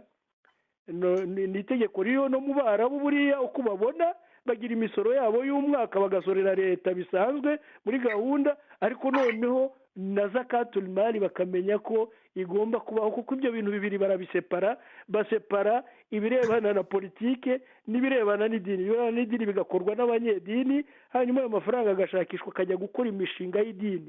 Niyo yaza muri za Afurika kubaka imisigiti, kubaka ibigo by'imfubyi, ariko noneho leta imisoro yayo ituruka mu baturage niyo ikora gahunda z'amajyambere y'igihugu, ko ntabwo bafata izaka ngo bayikore mu bindi Imana itigeze isaba. Kugira ngo wallahu wa rasulu alam, uko niko nshoboye gusubiza ikibazo cyawe. Asante sana shehe, ndanyuzwe. Asante nawe. Namwe bavandimwe, hari undi waba afite ikibazo? Assalamu alaikum wa rahmatullahi wa barakatuh. Wa alaikum salam wa rahmatullahi wa barakatuh. Shehe jazakallah khair, ni Kinyata, abandi muri Canada. Shehe nari mfite n'ibibazo nakumvije ijwi ryawe ndarimenyereye. Jazakallah khair. Shehe nari mfite ibibazo nka bitatu. Ikibazo najemo ntinze ariko nasanze wigisha ku bibazo byo gutanga zaka. Impamvu yo gutanga zaka ni ugusukura umutungo wawe. Hafite ikibazo, ubu nabonye umutungo mu buryo bwa haramu, tuvuge nasahuye umuntu cyangwa n'ibyo leta mugira amafaranga menshi yo gukora, ashobora gufatamo zaka. Icyo gihe ushobora gutanga zaka muri uyo mutungo ku buryo nasukura wa mutungo wanjye kuko nawubonye mu buryo bwa haramu. Yani iyo bavuga gusukura umutungo wawe ntabwo bivuga ko uhanagura kwishyura wa wundi wawuhuguje. Hariya icyo bashaka kuvuga gusukura twabivuzemo ni amakosa yinjira mu mutungo rimwe na rimwe akaninjiramo umuntu atayagambiriye. Ariko noneho nimba ari umutungo uzwi, par exemple wibye patoro wagukoreshaga akajya guha amafaranga ye nka miliyoni 10 ngo ujye kurangura, warangura ukarangura ibya miliyoni 8 ebyiri ukazishyira iruhande, ukamenya ko wamwibye umva ukagera ku mafaranga angana gutya na gutya. Wowe yazanye kuyatangamo izaka, twebwe izaka turayakira uko amafaranga yabasa kose, twebwe izaka turayakira. Ariko noneho uwo mutungo we kugira ngo usukuke, aho ngaho haba haje ikibazo cyo hagati y'umuntu n'umuntu. Yani uva ko wa muntu wahuguje ayo mafaranga kugira ngo asukuke nuko ubanza ukamusubiza ihaki. Icyo twavuze gisukura uyo mutungo namwe mu buryo amafaranga yaba yarinjiwemo mu buryo bwa haramu bwajemo, ariko biduni qasdin, umusiramu atabigambiriye Allah arasukura ariko noneho wowe umutungo wawuzanye icyo ntashobora gutindaho ni umutungo umuntu yagiye abona par exemple tuvuge nk'iwacu kera umuntu aratwara tagisi akajya atwara tagisi baramubwiye kuversa 10,000 yabona yinjije 15 akajyana 15 akabishyira ku mufuka n'urugero ruvuga ko uyu muntu amafaranga ye niyuzurana iswaba akaza gutanga zakatul mali tuzayifata naramuka ashatse gusaba Imana imbabazi kugira ngo wa mutungo we usukuke icyo gihe azaba umusiramu mwiza ari uko yibutse ko amafaranga yakuye kuri tagisi 200,000 ataraye yaraye nyir'ubwite icyo gihe akayamushyira icyo gihe abakoze cyiza ariko noneho wowe mu rwego rw'izaka yawe turayakira ariko iryo kosa kubera ko ari ikosa rigaragara wakoze direct hagati yawe n'undi muntu Imana niyinjiramo keretse wa muntu abanje kukubabarira ibyo nibyo bita hukukun adami ni uburenganzira bw'umuntu n'umuntu ntabwo ari uburenganzira bwawe n'Imana uburenganzira bwawe n'Imana ni ukuba waracuruje hakagwamo haramu mu buryo utazi ukajya ukora ukabona yalla kuna franga zimeingia lakini sikukusudia ubwo nuvuga ko udukosa nk'utwo Imana igenda idukuramo yani uvuga ko ihaki y'umuntu yo igomba gusubira ariko noneho nimba ari haki yindi turuka muri nk'abakorera leta ukanyereza ayo ni amafaranga ya umma icyo gihe yo ntacyo Imana niyo ihitamo kuba yakubabarira cyangwa se ntikore ariko amafaranga y'umuntu ku giti cye ayo ngayo yo abagomba gusubira kugira ngo Imana ikubabarire nuvuga ko no gusukura ako kantu kajemo kumwihariko kavuga yuko ari ugusukura ibintu bibi bishobora kwinjira mu mutungo rimwe na rimwe bitunguranye kandi n'umuntu rimwe na rimwe atabigambiriye wallahu wa rasuluhu alam uko niko nshoboye kuba nakigusobanurira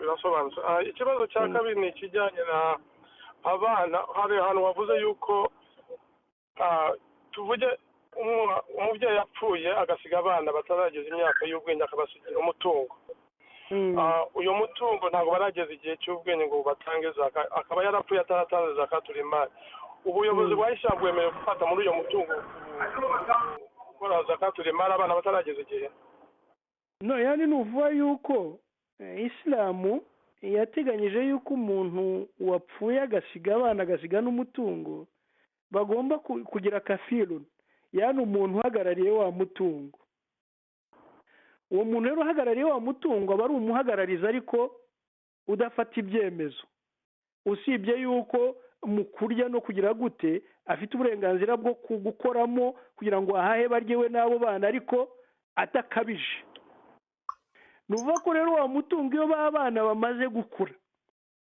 kubera yuko nibo baba bafite uburenganzira bwa mbere kuri wa mutungo bamaze kuba baleghe bamaze kugira ubwenge nibwo noneho wa muntu abereka testament ya papa wabo akabereka umutungo ati papa wanyu yasize umutungo ugana gutya hanyuma dore yasize ibi n'ibi yasize umwenda yasize atarariha zakatul mali none mbere yuko tuwugabana turagira ngo tubanze turangize ideni ry'Imana babana bagafata icyemezo wa mutungo hakavanamo igeno ry'Imana ryo zakatul mali hakavanamo na wasiya nimba nyir'ubwite yarasize wasiya ikozwe bityo abana noneho bagahabwa umugabane wabo nk'uko itegeko ryabigennye nuvuga ko Islamu ikikumira aho ngaho ni ukuba abana bashobora kuzakura wabereka ibyo ngibyo ntibabyemera bakakubwira bati amafaranga ntabwo ari ko byagenze wenda warayitwariye kandi uvuga ko wowe kubera yuko uri umuhagararizi urebera ayo mafaranga gusa icyo wemerewe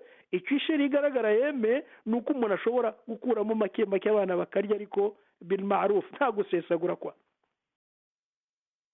naho abo bana nibo bagomba kubanza kugira ubwenge hanyuma noneho ibyo si yabasigiye bigacibwamo imigabane nk'uko Islamu yabigennye wallahu wa rasuluhu alam ikibazo cya nyuma ni ikijyanye nk'ibihugu dutuyemo nzi nk'abantu bakeneye kubaha zaka babakene uyatanga muri iki gihugu cyangwa uyatwara iwacu mu Rwanda muri make ubigenza gute? Ni ngombwa ko ugomba gushaka gukusanya amafaranga ukayabaha cyangwa ushaka kuyaha umuntu uzi ko ari umukene. Yani nuva yuko ako kajagari Isilamu ntabwo ikemera, nubwo twe tugakoresha nyine nk'utwatangiye twiganirira mu gutebya tuvuga ko ikishe Isilamu kuri uyu munsi wa none ku bantu cyane baturuka muri Afurika yacu, twatakaje kwizerana, awizera undi, bityo bigatuma rimwe na rimwe n'amategeko y'Imana tuyakoresha uko twishakiye. Nuvuga ko twasomye aya turavuga tuti aya Imana yabwiraga Muhammad sallallahu alaihi wasallam, khudh min amwalihim, genda ujye gufata mu mutungo wabo igeno rizwi, sadaqatan, yani ryiswe sadaka, tutahiruhum wa tuzakihim, kugira ngo rishobore kubabera impantandaro yo gusukuka no kubahika. Nimba rero Imana itegeka Rasul ko agomba kujya gufata, nuva yuko niwe ufata ni nawe umenya uwo agomba kuyaha. Rasul nuva yuko nimba ayiriya yindi yaje ikavuga amatsinda igashyiramo abantu bashinzwe kujya kuyashaka, nuva ko ni iyindi dalili kwereka ko atari wowe ugomba kubikora. Hari itsinda rigomba kuza kuyafata, hanyuma iryo tsinda akaba ariryo rijera kuyabara no kumenya abayakwiye rikajya kuyabaha, hanyuma iryo tsinda naryo rikagiramo igeno. Yani izi dalili ebyiri ziboneka muri Korani, iyo uzirebye ubona bigaragaza ko izaka itakagombye gutangwa mu kajagari. Niyo tugarutse rero ku gihe cyabayeho cy'intumwa, ruvuga ko Rasul yagiraga umuntu witwaga Muhtasab, niwe twakwita ko nyine ari nk'aba kontabure ba finance birirwa biruka mu maduka yose bajya gusoresha. Yaruvuga ko no gihe cya Rasul yagiraga abantu bameze batyo bazenguruka bakajya kuri buri muntu bakareba ibyo atunze, bakamubarira bakamubwira ibyo agomba Ubusilamu, bityo bakava aho ngaho abibahaye. Nuvuga ko iyi strategy yaje ubu ngubu y'umuntu kuvuga ngo ngiye kuyitangira, ni uguca ukubiri n'uburyo twasigiwe n'intumwa yacu Muhammad sallallahu alaihi wasallam. Nuvuga ko hagombye kubaho urwego ruyakira, rukayabara, rukamenya abayakwiye, rukayabaha, hanyuma bityo tukaba dushyize mu buryo itegeko ry'Imana. Naho ku kibazo kirebana no kuyajya kuyatanga iwacu, icyo nawe ni ikibazo twanyuzeho gato. Twavuze tuti mu bisobanuro byo kuri aya hari aho twageze turavuga tuti tukhadhu min aghniyaihim wa turaddu ila fuqaraihim, nuvuga ko umutungo urafatwa ugakurwa mu bakungu batuye aho hantu, hanyuma ukagenda ugasubira ku batishoboye b'aho hantu. Nuvuga yuko nimba abasilamu muri Canada basaruje zakatul fitri cyangwa zakatul mali, nako nibisa nayo zakatul fitri zirimo, cyangwa se n'izindi sadaka tatawu, n'izindi sadaka zitari iz'agahato abantu batanga, nimba bibonetse muri Canada, mbere yo kugira ngo mubikure muri Canada mugire santima yo kubijyana mu Rwanda, ni ukubanza gukontorora sosiyete yanyu mutuyemo mwebwe muri aho. Eske nta muntu uhari urebwa n'iri tegeko ry'Imana? Tujye twirinda kugira santima, tubyite itegeko ry'Imana twavuze rivuga amatsinda 8. Aya matsinda 8 muri aba bantu duturanye Canada bacu, nta muntu waba urebwa n'iyi zaka. Twabireba twebwe dushinzwe kubarebera, twasanga ari nawe tukemeza ko noneho yimuka ikajya ahandi hari ibibazo kurusha aha turi. Ntabwo ari ngombwa mu Rwanda, ushobora kuvuga Somalia, ushobora kuvuga Eritrea, ushobora kuvuga ahantu hose hari umusilamu ufite ibibazo. Tujye twirinda kugira nanone rashisme kuvuga ko byaba iwacu, nuko iwacu nyine ariho ubuzi direct ugahita uvuga uti naha zabakene bari igikongoro ariko abariho tuyohereza, icyo gihe nabyo nta kosa riba ririmo. Ariko none uvuga ko kugira ngo ajye mu Rwanda, nuko twebwe ba hano tuba tubona ko nta muntu uyikwiye. Yani bimana nta mukene uhari, nta mutindinya kujya uhari, nta muntu ufite imyenda uhari, nta muntu ufite amasezerano yananiwe gushyira mu ngiro uhari, nta muntu uri ku rugendo washiriwe, nta muntu uri ku rugamba rutagatifu. Twamara kureba izo ngeri zose tukavuga ati okay, ibi bintu byose nimba tutabifite twe reka tuyohereza ahandi.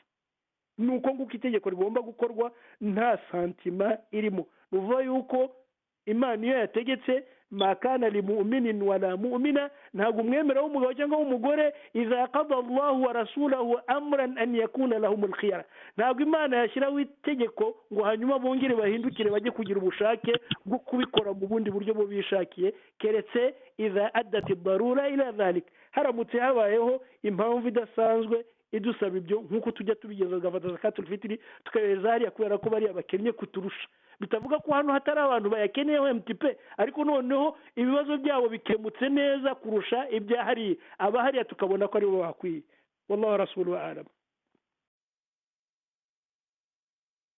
naam kinyatawasobanukiwe birasobanutse barakaroti Allah yubarik fina jamia inshallah naam asante sana shekhe naam reka twumve niba hari undi muyisilamu waba afite ikibazo kimwe kugira ngo turangize ikiganiro cyacu cy'uyu munsi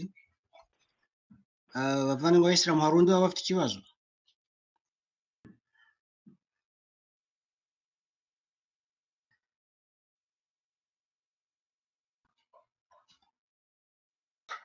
naam hari umuvandimwe waba ufite ikibazo ashaka kubaza shekhe ku byerekeranye n'isomo ry'uyu munsi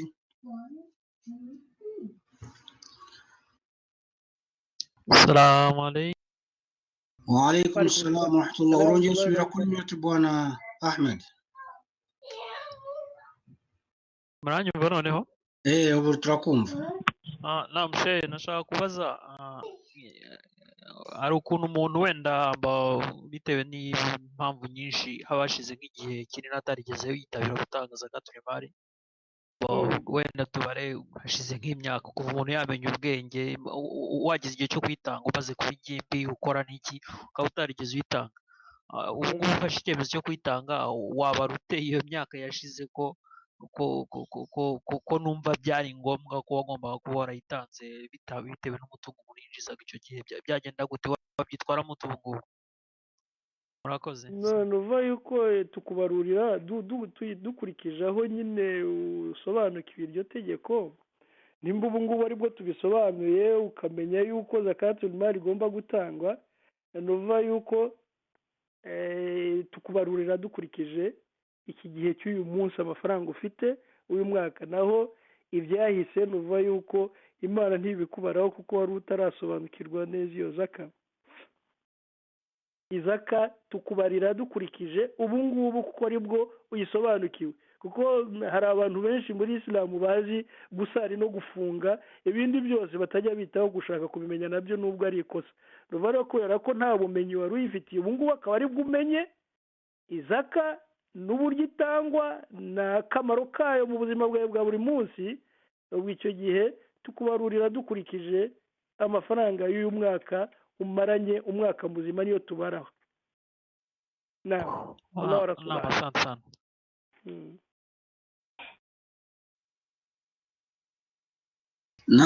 asante sana shekhe Ali turagushimira ku somo waduteganyirije ukaduha turanagusaba tubanje kukwiseguraho bitewe n'uko abantu benshi batinze kwikonekita ku masaha twari twasezeranye ariko byatewe no kwitangazo ntiryabashije gukwirakwira cyangwa se hatabayeho kwibutsa abantu wenda ko isomo riri bube ku manywa cyangwa se mu gitondo ku masaha ya Montreal mu masaha ya Canada na Amerika cyane cyane abenshi bari bamenyereye ko isomo riba nyuma ya saa sita inshallah ubutaha nitwe no gukosora ku kantu tukajya tubamenyesha hakiri kare cyangwa se hakabaho kubibutsa umunsi ubanziriza isomo turagushimiye ku somo waduhaye rigikubiyemo ibibazo byinshi ndetse n'ubumenyi dushaka kongera abandi bashaka gusobanukirwa bakumva iki kintu ni ikintu nk'uko wari ukivuze ukirangirijeho uvuga uti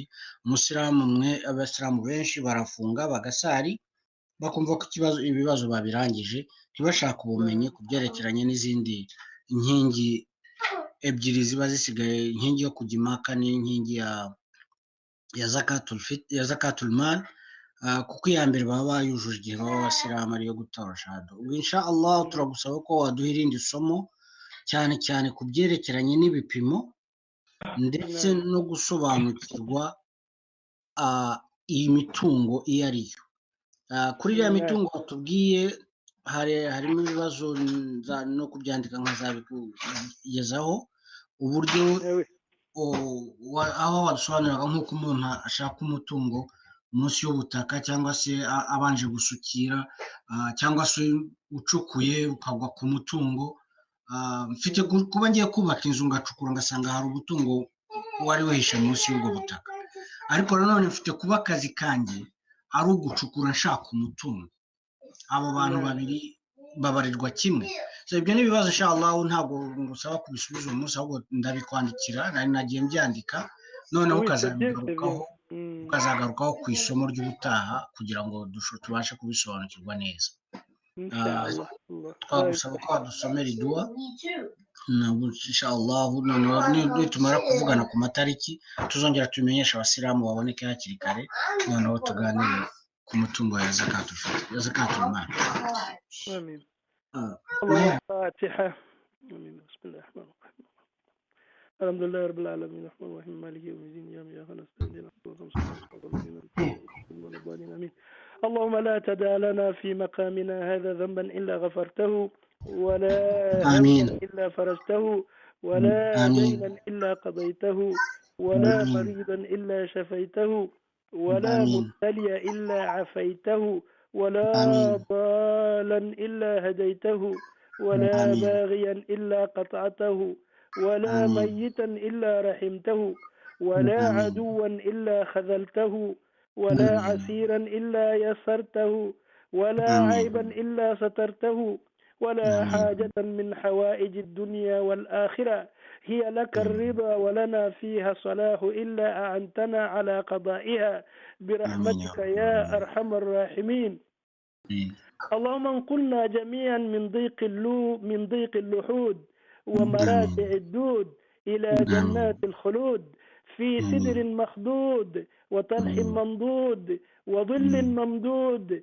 اللهم إنا نسألك من الخير كله عاجله وآجله ما علمنا منه وما لم نعلم، ونعوذ بك من شر كله عاجله وآجله ما علمنا منه وما لم نعلم. اللهم إنا نسألك من خير ما سألك منه عبدك ورسولك محمد صلى الله عليه وسلم. اللهم إنا نسألك الجنة وما قرب إليها من قول وعمل، ونعوذ بك من النار وما قرب إليها من قول وعمل، وما قضيت من قضاء فاجعل ما قضيت. ربنا تقبل توبتنا ومحص ذنوبنا وسيئاتنا وثبت حجتنا واهد قلوبنا وسدد ألسنتنا واسلك سخائمنا صدورنا واهدنا الإحسان الأخلاق لا يهدي إلا ما هديت يا رب العالمين. اللهم لا تفرق جمعنا إلا من غفور وعمل وخمل في جميل. آمين. ربنا ظلمنا أنفسنا وإن لم تغفر لنا وترحمنا كنا من الخاسرين. ربنا الله لإخواننا ولا تجعل غلا آمنوا. آمين. ربنا اغفر لنا ذنوبنا وإسرافنا في أمرنا وثبت أقدامنا وانصرنا على القوم الكافرين. ربنا لا تزغ قلوبنا بعد إذ هديتنا وهب لنا من لدنك أنت الوهاب. ربنا آتنا من لدنك رحمة وهيئ لنا من أمرنا رشدا ووفقنا لعمل صالح الذي يرضيك عنا. ربنا أتمم لنا نورنا واغفر لنا إنك أنت على كل شيء قدير. وصلى الله على خير خلقه محمد تسليما كثيرا بفضله. سبحان ربك رب العزة عما يصفون وسلام على المرسلين والحمد لله رب العالمين. آمين يا رب استجب هذا الدعاء. والسلام عليكم ورحمة الله وبركاته. وعليكم السلام ورحمة الله تعالى وبركاته.